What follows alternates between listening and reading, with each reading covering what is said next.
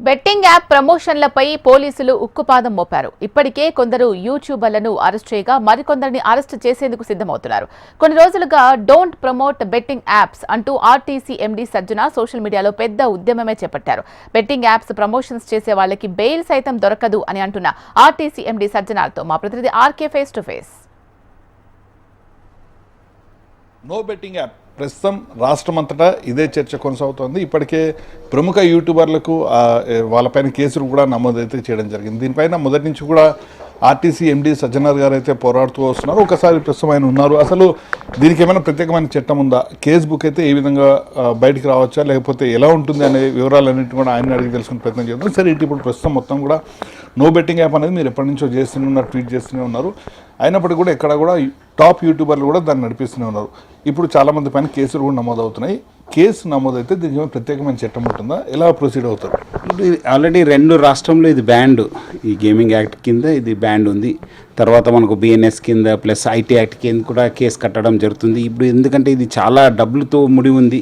So వేరే చట్టం కూడా మనకు ఇది అమలయ్యే అవకాశం కూడా ఎక్కువ ఉంది. సో ప్రజలు కూడా అర్థం చేసుకోవాలి. చాలామంది ఏం కాదు, ఇది చిన్న కేసు కాదా, ఈ గేమింగ్ కేసు కాదా అనుకుంటారు. అట్లా కాదు, డెఫినెట్లీ పెద్ద కేసు అయిపోతుంది. పోలీస్ మళ్ళీ ఎక్కడో దాకా వెళ్ళే అవకాశం కూడా ఎక్కువ ఉంది. ఎందుకంటే మళ్ళీ మనము బ్యాంకు డబ్బులు ఎట్లా వచ్చింది, ఎక్కడి నుంచి వచ్చింది, క్యాష్ ఎట్లా వచ్చిందని చెప్పి చాలా రకరకాల ఇన్వెస్టిగేట్ చేయాల్సి వస్తుంది. చాలా ఏజెన్సీస్ కూడా ఇన్వాల్వ్ అవుతాయి. సో అది కాకుండా ప్రజలు ముఖ్యంగా ఎవరెవరు ఈ సోషల్ మీడియా ఇన్ఫ్లుయెన్సర్స్ ఎవరెవరు ఉన్నారో వాళ్ళు ఎవరెవరు ప్రమోట్ చేస్తున్నారు, అదేవిధంగా ఈ బెట్టింగ్ యాప్స్ తయారు చేసి ప్రమోట్ చేసే వాళ్ళు కూడా అర్థం చేసుకోవాలి. ఏదో ఒక రోజు చట్టం తన పని చేయాల్సి వస్తుంది, మీ పైన కేసు అవుతుంది, మళ్ళీ మీరు అందరూ కూడా ఇబ్బంది పడాల్సి వస్తుంది.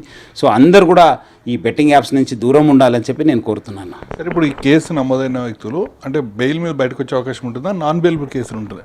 అదే డెఫినెట్లీ నాన్ అవైలబుల్ కేసే అది మేడం. డెఫినెట్లీ వాళ్ళకు కేసు అవుతుంది. ప్లస్ అదేవిధంగా వేరే సెక్షన్స్ కింద కూడా మనము చేయవచ్చు. కొంతమంది సూసైడ్ అయినారు, వాళ్ళు కూడా మళ్ళీ మనము వీళ్ళ పేరు కూడా బయట రావచ్చు. సో ఇట్లా రకరకాల కేసెస్ అయిపోతావు. సో అందుకు ఒకసారి మీకు మంచి పేరు ఉంది, మంచి టాలెంట్ ఉన్న వాళ్ళు మీరందరూ కూడా, ఎందుకంటే మీరు చెప్తే చాలామంది వినే పరిస్థితిలో ఉన్నారు. సో మీరే అదే అర్థం చేసుకొని మీ ఫాలోవర్స్ని మీరు దృష్టి పెట్టుకొని మీరు ఎవరు కూడా ఈ యాప్స్ని ప్రమోట్ చేయొద్దని చెప్పి నేను కోరుతున్నాను. సార్, వాళ్ళు చూపించేది ఎలా చూపిస్తారంటే మాకు ఇంత అమౌంట్ వచ్చింది, దీంతో ఇది కొంటున్నామంటూ కూడా టాప్ యూట్యూబర్లు అందరూ కూడా చేస్తున్న పరిస్థితి కనిపిస్తుంది. దాన్ని చూసి సామాన్యులు కూడా నిజమేనేమనుకుని నష్టపోయి ప్రాణాలు కోల్పోతున్న పరిస్థితి. ఒక బాధితమైన పోలీస్ ఆఫీసర్గా మీరు ఉన్నారు, గతంలో కూడా దీనిపైన ఫైట్ చేస్తూ వస్తున్నారు. మీరు టాప్ యూట్యూబర్లని ఇంతకుముందు చెప్పినట్టు ఏం కోరుతారు, అలాగే దీని నుంచి బయటపడాలంటే ఏం చేయాలంటారు?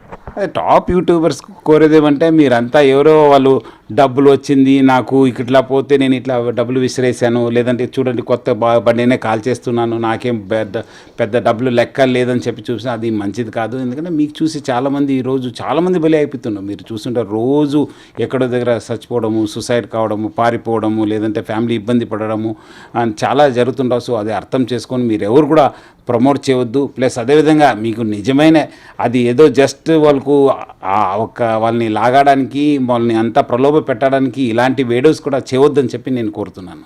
సరే, ఇన్ఫ్లుయెన్సర్లకి ఖచ్చితంగా ఇన్ఫ్లుయెన్స్ అవుతున్న పరిస్థితి కనిపిస్తుంది. ఇన్ఫ్లుయెన్స్ కావద్దు అంటే ఎలా బయటపడాల్సిన అవసరం ఉందంటారు? ఏం లేదు, వాళ్ళు ఇన్ఫ్లుయెన్స్ కావద్దంటే మీరు ఇప్పుడు ఎవరో సోషల్ మీడియా ఇన్ఫ్లుయెన్సర్స్ ఉన్నారు, వాళ్ళు ఏదో మీకు ఇన్ఫ్లుయెన్స్ చేస్తున్నారు, లేదంటే మీకు ఏదో ప్రలోభ పెడుతున్నారంటే ఇమ్మీడియట్లీ అలాంటి ఎవరు ఈ అన్ఎథికల్ బిజినెస్ కావచ్చు, ఇల్లీగల్ బిజినెస్ ప్రమోట్ చేస్తున్నారు వాళ్ళందరినీ అన్ఫాలో చేస్తే మీకు కాంటాక్ట్ ఉండదు, మళ్ళీ వెళ్ళిపోతారు. అదేవిధంగా మీరు ఇది ఇల్లీగల్ అన్నప్పుడు మీకు ఎవరు ప్రలోభ పెట్టినా మీరు లొంగరు. సో డెఫినెట్లీ మీకు ఆ ఒక స్థైర్యం వచ్చేస్తుంది, మీకు ఒక కాన్ఫిడెన్స్ వచ్చేస్తుంది.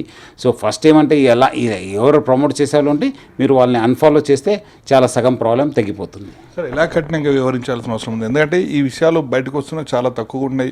ఒకవేళ కేసు పెడితే పరువు పోతుందేమో అని చాలామంది కూడా ఆలోచిస్తున్నారు. సో అసలు ఎలా కఠినంగా వ్యవహరించాల్సిన అవసరం ఉందంటారు?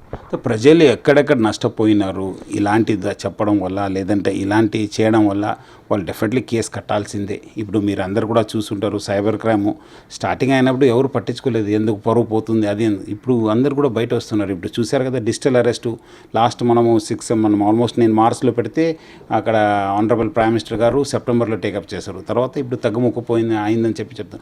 ఇట్లానే ఒక ఇష్యూని మనం టేకప్ చేసి ప్రజల చైతన్యం చేస్తే అది డెఫినెట్లీ తగ్గిపోతుంది. ప్రజలు అందుకు పోయి కేసు కట్టాల్సిందే. ఎవరు ఈ సోషల్ మీడియా ఇన్ఫ్లుయెన్సర్స్ కావచ్చు, లేదంటే వాళ్ళు బెట్టింగ్ యాప్స్లో ఇట్లా చేసి నాకు చేశారని చెప్పి.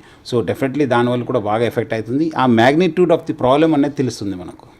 ఫైనల్గా బెట్టింగ్ యాప్స్ వాటిపైన ప్రజలకు ఎలా అవగాహన కల్పించాల్సిన అవసరం ఉందంటే మీరేం చెప్తారు? ముఖ్యంగా అందరు కూడా మనం ఎవరెవరు ఈ ఒక బెట్టింగ్ యాప్స్ నుంచి తెలుస్తుంది వాళ్ళందరూ కూడా say no to betting apps అని చెప్పి నేను కోరడం జరుగుతుంది. మీరు కూడా తెలిసిన వాళ్ళు ఎవరు ఇలాంటి వాళ్ళు ఉంటే కూడా వాళ్ళని కూడా చెప్పేసి ఈ బెట్టింగ్ యాప్స్ నుంచి దూరం ఉండాలని చెప్పి నేను ప్రజలందరూ కూడా కోరుతున్నాను.